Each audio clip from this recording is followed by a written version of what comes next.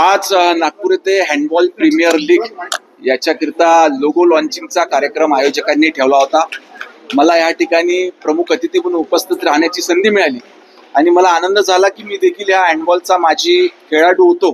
निश्चितच हँडबॉल हा मातीशी जुळलेला खेळ आहे आणि आंतरराष्ट्रीय स्तरावर अतिशय पॉप्युलरचा गेम आहे. याची महती आपल्या नागपुरात, विदर्भात, महाराष्ट्रात वाढावी याच्याकरिता या आयोजकांनी जो पुढाकार घेतला त्यांचं मी मनपूर्वक अभिनंदन करतो आणि त्यांना शुभेच्छा देतो.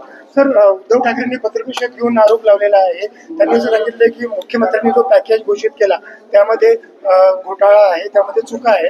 आणि दुसरं त्यांनी असं म्हटलंय की पीएम केअर रिलीफ फंड मधून पैसे आणा पण दिवाळीपूर्वी शेतकऱ्यांना मदत करा. उद्धव ठाकरे हे महाराष्ट्राचे मुख्यमंत्री याच्या आधी देखील राहून चुकले आहे आणि ते स्वतः मुख्यमंत्री असताना त्यांनी शेतकऱ्यांकरता किंवा राज्यातल्या जनतेने काय केलं ही राज्यातली जनता पूर्णपणे जाणते. त्याच्यामुळं मागच्या 2014 पासनं जेव्हा जेव्हा या राज्याचं नेतृत्व सन्माननीय मुख्यमंत्री देवेंद्र फडणवीस यांच्या हातात आलं तेव्हा मोठ्या प्रमाणात दिलासा ह्या राज्यातल्या जनतेला, विशेष करून या राज्यातल्या शेतकऱ्यांना वेगवेगळ्या योजनांच्या माध्यमातून सन्माननीय मुख्यमंत्री देवेंद्र फडणवीस साहेबांनी दिलेला आहे.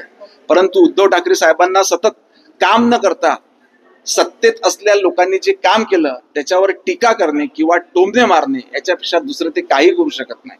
धनगेकरांनी चंद्रकांत दादांवर टीका करताना म्हणाले की सध्याला चंद्रकांत स्थिती म्हणजे गुगलवर जरी शोधलं तरी चंद्रकांत दादा सापडत नाही, टीका त्यांनी केलेली आहे. नाही, हे त्यांचं वैयक्तिक म्हणणं त्या ठिकाणी राहू शकतं. आदरणीय दादा हे पक्षाचे मोठे नेते आहे आणि मोठ्या प्रमाणावर त्यांचं सर्वसामान्य लोकांकरिता काम सुरू असतं. राज आणि उद्धव ठाकरे एकत्रित चर्चा सुरू होतात, त्याच्यावर उद्धव ठाकरे संकटाच्या वेळी एकत्र येतात.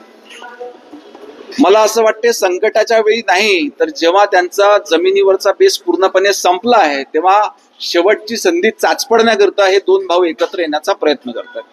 सर, हिंदी में बताइए, उद्धव ठाकरे ने ऐसा मुख्यमंत्री शहर असलेले पुणे, ठाणे आणि आता मुख्यमंत्री मुंबईमध्ये राहतात, मुंबई अशा पद्धतीने जाम करतो. मला असं वाटते जितकं योजना आणि जितकं महत्व ओबीसींना, ओबीसी समाजाला माननीय मुख्यमंत्री देवेंद्र फडणवीस साहेबांच्या नेतृत्वात असलेल्या सरकारने दिलेला आहे तितक्या योजना इतिहासात कधीही दिलेल्या गेलेल्या नव्हत्या. आपण जर बघितलं, मी याच्या आधी देखील सांगितलं की ओबीसींकरता स्वतंत्र मंत्रालय काढण्याचं काम सन्मान्य देवेंद्र फडणवीस साहेबांच्या काळातच त्या ठिकाणी झालं.